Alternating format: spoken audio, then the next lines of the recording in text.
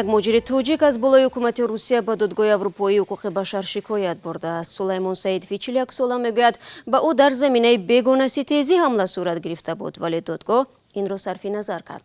ҷуброни зиёни ӯро низ напардохтанд. Соли 2016 Сергей Царёв, як шаҳрванди 61 солаи Русия, тариқи тапончаи травматикӣ ба чашми Сулаймон Саидов тир кушод.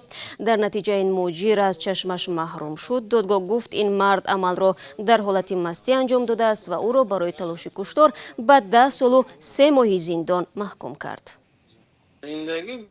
تغییرات همین شد که کار به کار شدیم. مقصد الحمدلله سلامتیم خیلی درد میکنه و توبات گشتیم سرم درد میکنه زیادتر چشم درد میکنه چشم شو بیرو بیتا میکنه بشه و من تری اونجا رفتم در کمتون کار کنم و دیگه کار نکشتم تو ایشان خونده خواهی شمیه که همون ایسک و شیر با امور اگر بتونم درونده با خوب میشه برای یاردم میشه دیگه